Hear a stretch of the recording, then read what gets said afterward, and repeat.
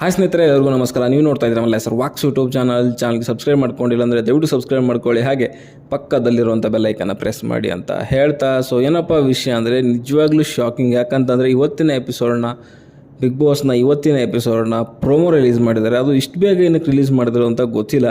ನಿಜವಾಗ್ಲೂ ಶಾಕಿಂಗ್ ಅಂತಲೇ ಹೇಳ್ಬೋದು. ಈ ಶಾಕಿಂಗ್ ಆದಮೇಲೆ ಆ ಪ್ರೋಮೋ ನೋಡಿದಾದ್ಮೇಲೆ ನಿಜವಾಗ್ಲೂ ಶಾಕ್ ಆಯ್ತು. ಯಾಕಂತಂದರೆ ವಿನಯ್ಗೆ ಪ್ರತಾಪ್ ಅವರು ಸಖತ್ ಕೌಂಟ್ರ್ ಕೊಡ್ತಾ ಇದ್ದಾರೆ. ಕಾರಣ ಏನು ಅಂತ ಗೊತ್ತಿಲ್ಲ. ಮೇ ಬಿ ಏನೋ ಒಂದು ಡಿಸ್ಕಷನ್ ನಡೀತಾ ಇದೆ. ಸೊ ಅದರಲ್ಲಿ ಅಗ್ರೆಸಿವ್ ಆಗಿ ವಿನಯ್ ಅವರು ಮಾತಾಡ್ತಿದ್ದಾರೆ. ಜೊತೆಗೆ ಇವರು ಅವ್ರನ್ನ ಒಂದೊಳ್ಳೆ ಫನ್ನಿಯಾಗಿ ಒಂದು ರೀತಿಯಲ್ಲಿ ಅಣಗಿಸೋ ರೀತಿಯಲ್ಲಿ ಮಾತಾಡ್ತಿದ್ದಾರೆ ಪ್ರತಾಪ್ ಅವರು. ಸೊ ಇದು ಎರಡನೇ ಸಾರಿ ಪ್ರತಾಪ್ ಅವರು ಈ ಥರ ನೋಡ್ತಾ ಇರೋದು. ರೀಸೆಂಟ್ ಅಂತದಲ್ಲ, ತನಿಷಾ ಅವರಿದ್ದಾಗ ಅವ್ರು ಏನೋ ಡೀಪಾಗಿ ಡಿಸ್ಕಷನ್ ಮಾಡ್ತಿರ್ತಾರೆ. ಸೊ ಆವಾಗ ಕೂಡ ಇದೇ ರೀತಿಯಲ್ಲಿ ಅಣಗಿಸೋ ರೀತಿಯಲ್ಲಿ ಯಾವುದೋ ಒಂದು ಸಾಂಗ್ ಆಡ್ಕೊಂಡು ಮಾಡ್ತಾಯಿದ್ರು. ಸೊ ಗೊತ್ತಿಲ್ಲ ಅದು ಏನು ಡಿಸ್ಕಷನ್ ನಡೀತಿದೋ, ಬಟ್ ಒಟ್ಟಿನಲ್ಲಿ ವಿನಯ್ ಅವರು ತುಂಬ ಅಗ್ರೆಸಿವ್ ಆಗಿ ತುಂಬ ಎಲ್ಲೋ ಕೋಪದಲ್ಲಿದ್ದಾರೆ. ಬಟ್ ಇವರು ಅದನ್ನು ಕೌಂಟ್ರ್ ಕೊಟ್ಟು ಅದು ಅಣಗಿಸೋ ರೀತಿಯಲ್ಲಿ ಕೌಂಟ್ರ್ ಕೊಡ್ತಿದ್ದಾರೆ. ಸೊ ಏನಾಗಿದೆ ಅಂತ ಎಕ್ಸಾಕ್ಟಾಗಿ ಎಪಿಸೋಡ್ ನೋಡಿದ್ರೆ ಗೊತ್ತಾಗುತ್ತೆ. ಅಲ್ಲಿ ತುಂಬ ಜೊತೆಗಿದ್ದವರೆಲ್ಲ ಎಂಜಾಯ್ ಮಾಡ್ತಾಯಿದ್ರು. ಸಂಗೀತ, ಕಾರ್ತಿಕ್, ತುಕಾಲಿ ಆ್ಯಂಡ್ ವರ್ತೂರವರು ತುಂಬ ಎಂಜಾಯ್ ಮಾಡ್ತಾಯಿದ್ರು. ಬಟ್ ಕೋಪದಲ್ಲಂತೂ ಯಾರೋ ವಿನಯ್ ಅವರು ಇದ್ದಾರೆ. ಬಟ್ ಇವರು ಅಣಗಿಸೋ ರೀತಿಯಲ್ಲಿ ಆಡ್ತಿದ್ದಾರೆ. ಅಂದರೆ ರೀಸೆಂಟಾಗಿ ಅಂದರೆ ನಿನ್ನೆ ಒಂದು ಎಪಿಸೋಡಲ್ಲಿ ವಿನಯ್ ಅವರು ಅಳ್ತಾ ಕೂತಿದ್ರು. ಯಾಕಂತಂದರೆ ನಮೃತ ಅವ್ರು ಹೋಗಿದ್ದಕ್ಕೆ ಕಣ್ಣಲ್ಲಿ ನೀರು ಹಾಕ್ತಾಯಿದ್ರು. ಬಟ್ ಅಂದರೆ ಕ್ಯಾಮ್ರಾ ಮುಂದೆ ಹೋಗಿ ಅಷ್ಟೊಂದೇನು ಹತ್ಕೊಂಡು ಎಲ್ಲ ಕೂರ್ತಿರಲಿಲ್ಲ. ಬಟ್ ಕಣ್ಣಲ್ಲಿ ನೀರು ಬರ್ತಾಯಿತ್ತು. ಅದ್ರ ಜೊತೆಗೆ ಇವರೇ ಹೋಗಿ ಸಮಾಧಾನ ಮಾಡ್ತಾಯಿದ್ರು ಪ್ರತಾಪ್ ಅವರು.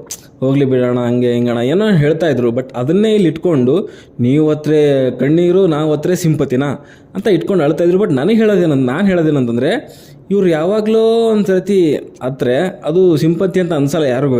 ಬಟ್ ಇವರಿದಾರಲ್ಲ, ಡ್ರೋನ್ ಪ್ರತಾಪ್ ಅಣ್ಣ, ನಮ್ಮ ಅಣ್ಣ ಅವರು, ಇವರು ಸಿಂಪತಿ ಸ್ಟಾರ್ ಅಂತಲೇ ಒಂದು ಹೆಸರು ಮಾಡಿದಂಥ ಒಬ್ಬರು ವ್ಯಕ್ತಿ ಇವರು. ಯಾಕಂತಂದರೆ ಪ್ರತಿ ಟೈಮಲ್ಲೂ ಕೂಡ ಹತ್ಕೊಂಡೇ ಬಂದಿದ್ದಾರೆ. ಅದು ಬಿಟ್ಟು ಮನೆ ಒಳಗಡೆ ಏನೂ ಸಾಧನೆ ಇಲ್ಲ.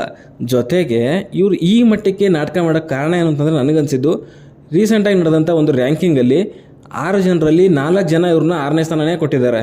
ಸೊ ಅದಕ್ಕೇನಾದರೂ ಇವಾಗ ರಿಕವರ್ ಅಂದರೆ ಅದಕ್ಕೆ ನಾವು ಮರೆಮಾಚುವಂಥದ್ದು, ತ್ಯಾಪೆ ಹೊಡಿಯುವಂಥದ್ದು ಮಾಡಬೇಕಲ್ವಾ. ಸೊ ಅದಕ್ಕೋಸ್ಕರ ಏನಾದರೂ ಈ ರೀತಿಯಲ್ಲಿ ಮಾಡ್ತಿರಬಹುದಾ ಅಂತ ನನಗೊಂದು ತಲೆಗೆ ಬರ್ತಾ ಇದೆ. ಸೊ ಅದು ಇದ್ರೂ ಇರ್ಬೋದು. ಯಾಕಂತಂದರೆ ಅಣ್ಣ ಅಂತೂ ಸಾಮಾನ್ಯ ವ್ಯಕ್ತಿ ಅಲ್ವೇ ಅಲ್ಲ. ಇಡೀ ಒಂದು ಕರ್ನಾಟಕಕ್ಕೆ ಒಂದು ರೀತಿಯಲ್ಲಿ ಸಿಂಪತಿ ಸ್ಟಾರ್ ಅಂತ ಕಾಣಿಸ್ಕೊಂಡಿರೋವಂಥ ಅಣ್ಣ. ಸೊ ಇವಾಗ ಎಲ್ಲೋ ಮತ್ತೆ ತಿರ್ಗಿ ಅದನ್ನು ಪ್ರೂವ್ ಮಾಡಬೇಕಲ್ಲ ಇವಾಗ ಸ್ಟಾರ್ ಅನ್ನೋದನ್ನು. ಸೊ ಅದೆಲ್ಲೋ ಮರೆಮಾಚಬೇಕಲ್ಲ ಇವಾಗ. ಸೊ ಅದಕ್ಕೋಸ್ಕರ ಈ ಥರ ಮಾಡ್ತಿದ್ದಾನೆ ಒಂದು ನಾಟಕ ಅಂತ ನನಗೆ ಅನ್ನಿಸ್ತಾ ಇದೆ. ಸೊ ನೋಡಬೇಕು ಏನೇನಾಗುತ್ತೆ ಅಂತ. ಆಮೇಲೆ ಎಪಿಸೋಡಲ್ಲಿ ಏನೇ ಆದರೂ ಪರವಾಗಿಲ್ಲ, ಅಣ್ಣ ಯಾವತ್ತಿದ್ರೂ ಅಮಾಸೆ ಒಂದು ಹುಣ್ಣಿಮೆ ಒಂದು ಪರ್ಫಾರ್ಮೆನ್ಸ್ ಯಾವಾಗ ಕೊಟ್ಟಿದ್ದಾನೆ. ಸೊ ಅದನ್ನು ನೆನಪಿಟ್ಕೊಳ್ಳೋಕ್ಕೂ ಆಗೋದಿಲ್ಲ. ಸೊ ಒಂದು ವಾರ 420 ಪಾಯಿಂಟ್ಸ್ ಏನು ತೊಗೊಂಡಿದ್ದಾನೆ. ಸೊ ಅದು ವಾರ ಮಾತ್ರ ಪರ್ಫಾರ್ಮೆನ್ಸಲ್ಲಿ ಚೆನ್ನಾಗಿ ಕೊಟ್ಟಿದ್ದಾನೆ ಟಾಸ್ಕಲ್ಲಿ.